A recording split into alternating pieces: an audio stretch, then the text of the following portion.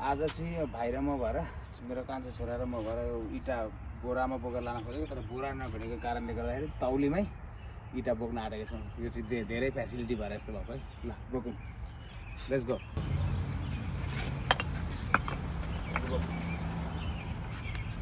1 2 3 go.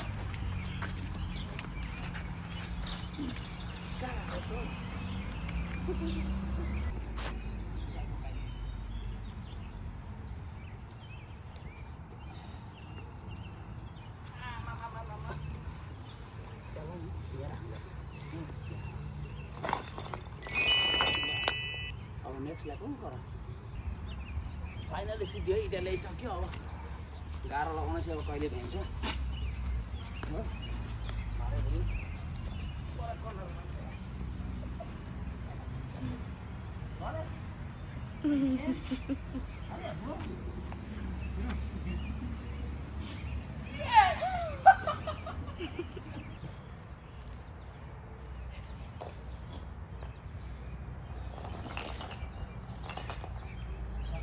What up, guys? Good morning.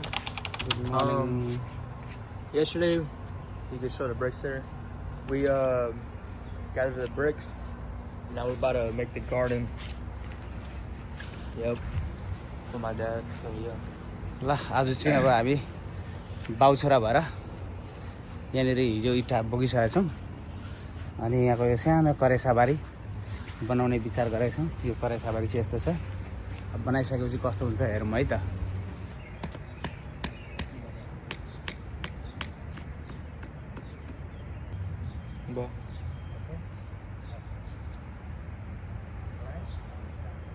उसले इँटा लगाउँदै गरेको कस्तो दामी लगाउँदैछ इँटा हेर त, कस्तो दामी मिस्त्री गर्दैछ मेरो कान्छो छोरो। सिधा सिधा लाउँदैछ है, दामी पारेर गुड बनाएर। ल कसले बनाएको भन्दा एमएसले फार्मर गर्दैछ है यहाँनिर। ल अब यो लगाइसकेपछि हामी हेर्नेछौँ कस्तो हुन्छ। ढाड यसरी यहाँ थुपारिएको छ, पर्छ मन परेछ है। यताको चाहिँ अहिले यति भइसकेको अवस्था। Alright, we're about to be done now. Here's the progress.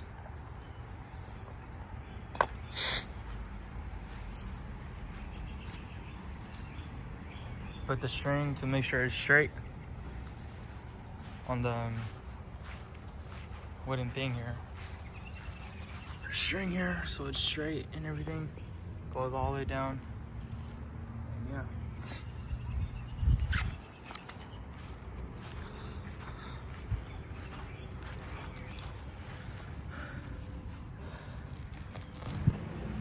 हुन्छ, धेरै धन्यवाद।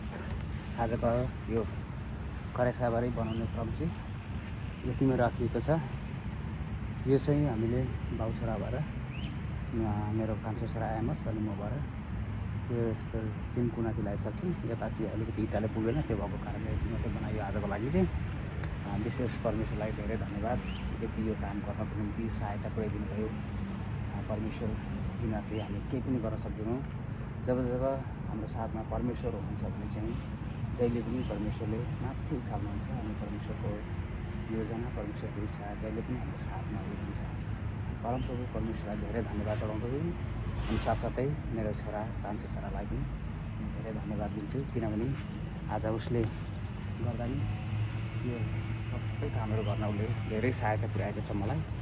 अनि हामी यो प्रोजेक्ट सानो प्रोजेक्ट गर्दाखेरि चाहिँ एउटा यस्तो कुराको महसुस मलाई फिल भइरहेछ कि यो काम गर्दाखेरि कुनै पनि काम सजिलो चाहिँ हुँदैन, धेरै अप्ठ्यारो हुन्छ। तर पनि हामीले यो सिद्ध्याएका छौँ।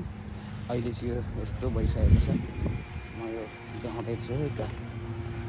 हामीले यो सबै बनाइसक्यौँ यहाँनिर। अनि यहाँ इँटा लगाएर यो सबै होइन, यहाँ चाहिँ यस्तो इँटा लगाइसकेका छौँ।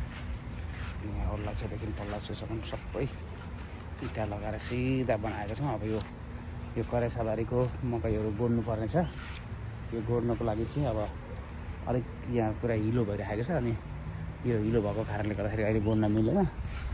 अब यो चाहिँ पछि गएर हामी गोड्नेछौँ। अनि मेरो यो युट्युब च्यानललाई चाहिँ सक्दोभन्दा सक्दो सेयर गरेर हजुरहरूले माया गरिदिनु होला, सहायता गरिदिनुहोस्। हुन्छ, सबैजनालाई धेरै धेरै धन्यवाद। यो मेरो युट्युब च्यानल हेर्दै गर्नुहोला। यस्तै भिडियोहरू मेरो च्यानलबाट आउने नै छ। तपाईँको सम्मानको लागि फेरि पनि जय मसी, धन्यवाद। Keep watching, thank you so much.